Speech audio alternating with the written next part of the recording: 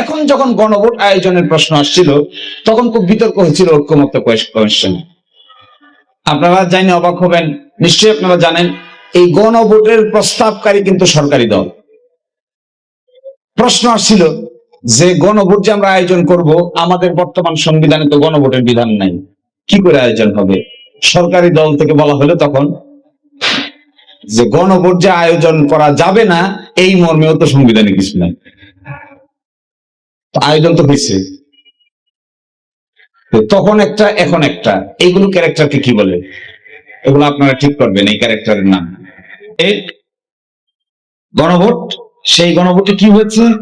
এখনকার গণভোটে মানুষ ভোট দিয়েছে, প্রায় 7 কোটি মানুষ ভোট দিয়েছে। ভোটার সংখ্যা ছিল 12,76,00,000। ভোটের উপস্থিতির হার 60%।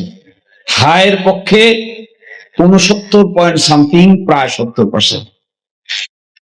তাহলে বেগম খালেদা জিয়া 91 সালে যে গণভোট দিয়েছেন সেখানে ভোটার উপস্থিতি হয়েছে 35%। ওটা তো মেনেছেন, সংবিধানে ইনক্লুড করেছেন।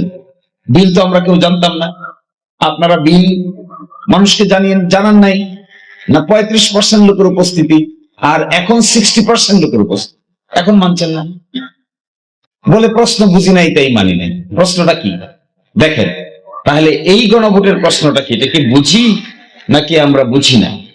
এই গণভোটের একেবারে স্কয়ার প্রশ্ন। আগের প্রশ্নগুলি আমি আপনাদের পড়ে শোনালাম। এবারকার প্রশ্ন কি?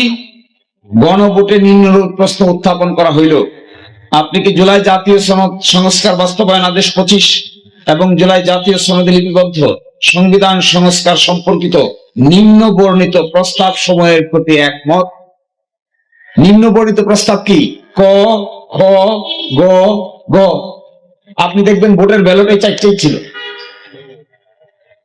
আর আপনাদের ভোটার ব্যালটে কি ছিল? আপনাদের ভোটার ব্যালটে ছিল যে অনুসৃত নীতি পদ্ধতির সাথে একমত কিনা। নীতি পদ্ধতি কি? বেগম খালেদা জিয়া 1991 সালে যা করেছেন, তিনি বলেছেন উত্থাপিত বিলের সঙ্গে আপনি একমত কিনা। বিল কোথায়? বিল কি ব্যালটের পার্ট? বিল তো ব্যালটের পার্ট না।